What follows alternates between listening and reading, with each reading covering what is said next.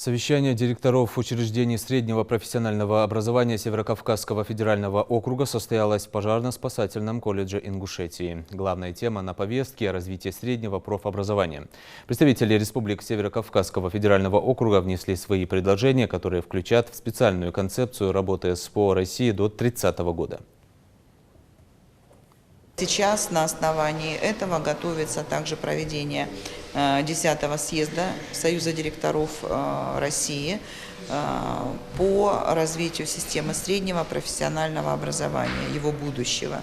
И вот сейчас по округам идет активная работа для того, чтобы обсудить концепцию, внести предложения о работе директоров Союза, о развитии системы среднего профессионального образования.